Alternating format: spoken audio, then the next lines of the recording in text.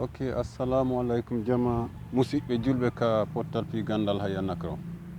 Min yomi hewtu ka kikiɗe ɗo talata 28 juillet 2020. Mi hiwro jama mi présenta hoore an. Mi andina kadi enen julɓe wonɓe ka pottal fi gandal hayanakro ɗo ko honɗum woni faalan e ko honɗum woni miijo an e nder pottal fi gandal hayanakro. Ko atti ko inde an nden ko Ba Sa'i Fiw ko sintali pitawni ko amen fenɗo sayi ɗo miɗo Belgique e Bruxelles. Komi membre pottal fi gandal hayanakro e ɓuri mois de mai e suuma e feƴƴuɗo ɗo on. Kono noon haray heɗagol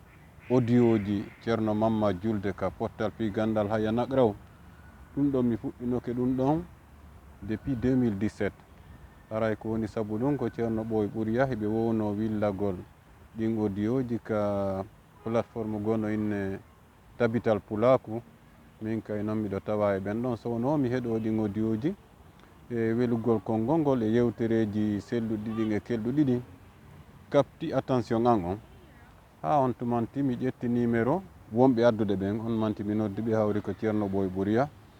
min ɓe mi faalette hendagol ɗi audio ji ɗo ka contact en direct ɓe inni ok ɓe ƴetti contact an on kamɓe tigi ɓe watti mi addande direct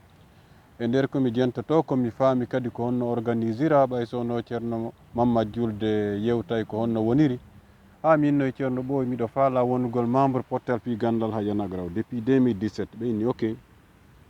bon woniri noon kono sownoɓe addanammi audio ji ɗin tawi ɗum ɗon fof Allah newnali hikka noon ka mois de avril min mi andintiɓe min moodi vraiment mi faaleteno wonugol membre min kadi pottal fi gandal hayanakro ɓe inni Allah nande ari ɓe yeggiti piiji ɗin no ɗuuɗi joni ɓe waɗay directement on tumanti ɓe wattanimi direct contact kan on ka plateforme toon mi ɓuri tan jinade ko numéro en on après ɓe innimi joni wonugol membre on miɗo wawi waɗude ko waɗete kon e fe maɓɓe naɓugol mbuɗɗima mi naɓira guine hawrodiri kadi ceerno Mamma Julde landike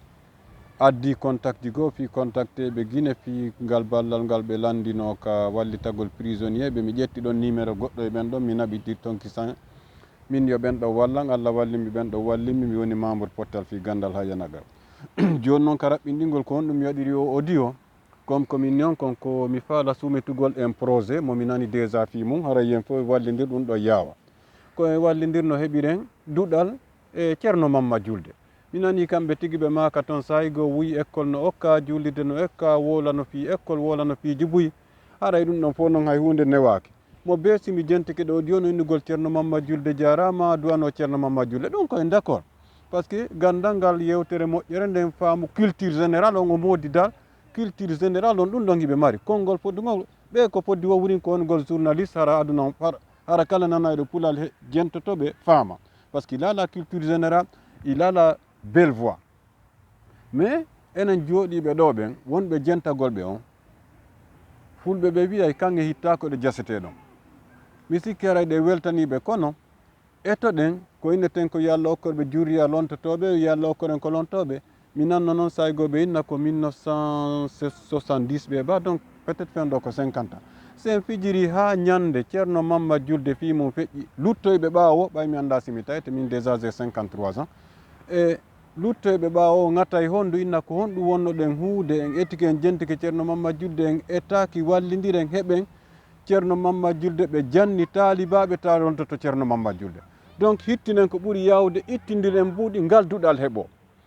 simi daari wano pita ko amen e centre no toon ɓe innamo centre Amati e mi sikki ko koysen ɓe hiɓe finance ɗon un centre orphelinat école ji no toon e ya ɓe sikki ɓe jogui ɗon un bâtiment mo 2 étages il y a le bloc administratif il y a un centre de santé et il y a aussi le dortoir pour les enfants wano un centre ɗon fayda no heɓɓodiri comme centre islamique on ka Faysal Donka iɗe wawi moɓɓay hino ga mi nani nde ɓe Amérique no ga ɓe Chine no ga ɓe Angola no ga wonɓe Europe ɗo wonɓe Norvège wonɓe Asie e Japon kenɗe aduna fof moɗi mi nani no inne ko groupe aji 17 groupe kala yimɓe no yimɓe 250 personnes no toon donc fanɗi o ko woni yimɓe guluji tati ma guluji nayyi hino nder ɗo joni wonɓe Guinée ɓe ma wonɓe Afrique ɓe tawata feere mum ɗuuɗa feƴƴiti ɓe mi wolta kono si tawi hiɗen mari ɗo yimɓe temedere ma yimɓe temeɗɗiɗo ɗo wonuɓe hakkude Amérique, Angola e Asie e Europe ɗo acce jonnidiren juuɗe ɗo inno en weltande ke ceerno Mamma Julde mo be wola ɗon du'o wallidiren duɗal ngal heɓo ka fayɓe naɓe jangge ene wonɓe extérieur ɓe min on ɗo wana min ɓayɗo ko 2 mois de vacances min mari Bruxelles ɗo si fayɓe an ɓen tawi 2 mois de vacances ɓe yaha e ngal duɗal ɗon ɓe jewɗo ɓe janga ɓe jangi ɗon payku yagal maɓɓe siɗon faala nder duuɓi sappo hara duuɓi sappo hittande kala lebbi ɗiɗi ɓe yewde ɓe janga ɗon eɓe mi sikki tungo termiɗe ɗin duuɓi sappo ara ɓe heeɓi goɗɗum min e hoore an simi hettike ɗo vacances ji ma tuma mi yeeyi mi yaha mi jewɗo mi janga ɗon komi heɗoto kon c'est bien mais jooɗagol janga heɓɓe heɓen toon kadi ɓe taalibaɓe ɓe ceerno Amadou Julde ɓe ceerno Mamma Julde formi wawa yewtude wawa heɓa gandal ko ɓe mari kon ñan ɗum on tumanti nder duuɓi sappo duuɓi noga hen heeɓi ceerno Mamma Julde ɓe jewma jeego ɗum heno ɓuuri ko inneten ɗo ñande o ñande ceerno Mamma Julde jarama ceerno Mamma Julde du'anama ceerno Mamma Julde ɓe wiɗen ɗo mi sikki tunga e goto men ɓeydaɓe ko ni tawruɗen ɓe donc koɓe duwanaɓe koɓe jaraɓe Allah no jarni ɓe ko waweten ko ɗaɓɓalngol hoore men heɓugol nafa koɓe mari kon heɓugol nafa ko woni e heɓugol nafa koɓe wondi kon heɓugol gandal ngal wallidiren fayɓe buy heɓa ɗum fayɓe men kadi heɓa ɗum donc mi torike on mi jeeji on wonɓe ɓen responsable pottal pi gandal ha yanakro tumbodire yaltinanon en projet min on dow si Allah jaaɓi si Allah no acci dilan e dow cellal angal e golle an ɗen yimɓe nogayo volontaire ɓe ɓuuray ɓe ittude tama euro ma dollar ha jungo heewa watta piyo ɗum ɗo waɗu komi miɗo tawni ɓen ɗon yora min taade komi goo maɗiɗo ɓay mi anda no yimɓe ɓen ɓurdiri kono noon les 20 premières personnes ɓuuray ɓe ittuɓe ɓen si Allah jaaɓi mi tawnay ton hoore an donc mi torike o mi jeeji on avant la fin d'année 2020 yaltinane en projet hara ko onno duɗal ko tawata yo un projet hara avec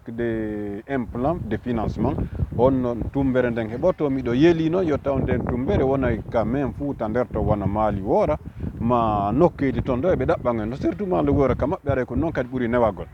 ɓe heɓana en toon tumbere nde hectare ji yonuɗi goɗɗum ɓe waɗa plan ko cuuɗi heɓen classe ji ka fayɓen janga heɓen dortoir ka ɓe fayɓe waalo heɓen kadi un centre de santé à côté e modi piiji boy s'il le faut même hay namuji men ɗi ma piiji go toon ko gollete ɓen fayɓe wonɓe toon no ɓay haray kan no woodi organisation on ɓe wonɓe encadreur ɓe ɓen ɗon fof kadi on professeur e jannoɓe ɓe mbay ceerno Amadou Julde ɗaɓɓay taalibaɓe buyon mandi ko tawtaɓe ɓe jangga kamɓe ɓe wawa organise en tout cas etoɗen profiten gandal e faamu ceerno Mamma Julde ngal ceerno Mamma Julde noon kadi faamu maɓɓe on e gandal maɓɓe ngal hana tun limitagol e wowlugol tun haalaji enen jentoɗen ceerno Amadou Julde doit administrer doit gérer en duɗal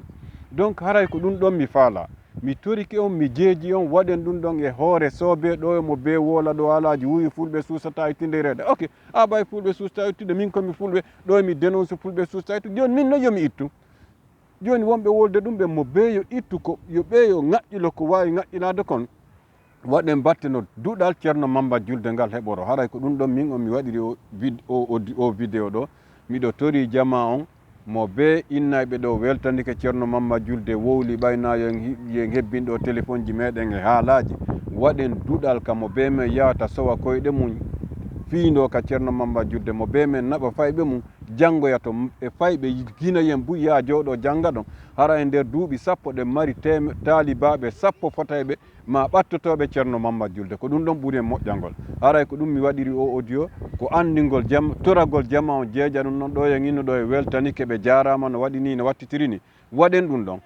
ɗon noon waɗi o hara responsable ɓe pottal fi gandal haynaka on ɓe propose ɓe soumettan on projet ɗon ko jeeluɓe tañƴini puɗɗorte e nder duuɓi ɗiɗi duuɓi tati hara on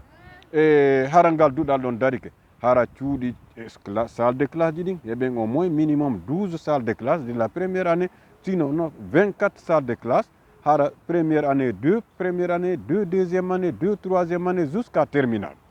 e kadi hara no woodi kaɓe wona no woodi no ɓe ñaamira mooɓidiren ɗum ɗon fof muɗum ndaren ko no ɗum ɗon gasirta pour les autres détails si tummodiral waɗi on peut se retrouver on peut en discuter haray ko ɗum ɗo woni objectif e but o audio ceerno Mamma Julde mi hiwrike on jarama mi watta ka fof wiri ɗon duwani on ɗon mi toriki Allah noon Allah holli en duɗal ceerno Mamba Julde no heeɓi comme no duɗal ɓayono giɗo gandi ɗon jangi wana duɗal ceerno honno duɗal imam Malik en hande ko istigaraji ɓe wona gollirede ko aduna ɗo ɓay ɓe waɗuno effort ɓe waɗi piiji bus ha dina kan c'était quelque chose de brut ɓe wakkili onon kan no jangirton no tafsirannomen ɗiɗo jiltidira gandal ngal no paalirano pourquoi parce que vous avez la maîtrise mi jentiki ɗon pirani en ɗo ɗen suratul alfati inɗon golɗo fiyo faama kakangol suuri ɗon ngol fuɗɗorto firgol dal wawata ko wolagol ceerno Amma Julde yewtereji monɗi woni wawugol pulal heɓugol culture général mi nanay ɗo wola anglais mi nanay ɗo wola français e pulal o yaltinay toon piiji ko on tigui no janggi ha mutoygoy kono tawara hay andari ɗum ɗon few donc on jarama mi torki Allah newnan en ngal duɗal mon timma mi hiwrike jaman fof mi weltanike ɗo kadi ceerno Ɓoye Ɓuuriya ko barki Allah e maɓɓe mi wawi wonde e membre Pottal Pi Gandal Haya Nakoro mi hiwrike jaman fof e wassalam.